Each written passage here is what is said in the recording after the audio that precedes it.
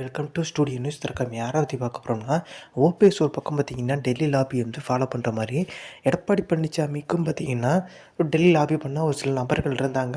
But வந்து பெரிய லெவலில் பார்த்தீங்கன்னா டெல்லியில் வந்து எடுபடவே இல்லை. எடப்பாடி பழனிசாமி ஆட்சியில் இருக்கும்போது கட்சியை கைப்பற்றின அப்புறம் தான் பார்த்தீங்கன்னா ஓரளவுக்கு வந்து எடப்பாடி பழனிசாமி டெல்லியோட பார்த்தீங்கன்னா ரொம்ப க்ளோஸாக இருக்க மாதிரி ஒரு ஃபீல் இருந்துச்சு. ஆனால் ஆட்சியில் இருக்கும்போது பார்த்தீங்கன்னா ஓபிஎஸ்க்கு பலமே பார்த்தீங்கன்னா ஓபிஎஸ் மகன் தான். ரீசெண்டாக பெரிய லெவலில் அரசியல் ஈடுபாடு இல்லாத மாதிரி தான் இருந்துச்சு. பட் திருப்பியும் பார்த்தீங்கன்னா லைம் லைட்டுக்கு வந்திருக்காரு. ஓபிஎஸ் மகன் பார்த்தீங்கன்னா இப்போ இந்த புதுசாக மாவட்ட செயலாளர் மாற்றிருக்காங்கல்ல பாஜகவில், அவங்க வீட்டுக்கே போய் வந்து பார்த்திங்கன்னா சால்வி அணிச்சு பார்த்திங்கன்னா வாழ்த்து சொன்னதாக சொல்கிறாங்க. திருப்பியும் பார்த்திங்கன்னா டெல்லி புள்ளிகளோட பார்த்திங்கன்னா நெருக்கம் காமிக்க ஆரம்பிச்சிட்டாரு. ஸோ ஓபிஎஸ் பேனில் பார்த்திங்கன்னா ஓபி ரவீந்திரநாத் பார்த்திங்கன்னா ஃபாலோ பண்ண ஆரம்பிச்சிட்டான்ற மாதிரி பேச்சு அடிப்படுது. இரண்டாவது மகன் பார்த்திங்கன்னா அவருமே கொங்கு மண்டலத்தில் பார்த்திங்கன்னா ஆதிக்கம் செலுத்திட்டு வராரு, கவனம் செலுத்திட்டு வராமல் தகவல் வெளியே இருக்குது. ஸோ இந்த இன்ஃபர்மேஷன் முடிச்சா லைக்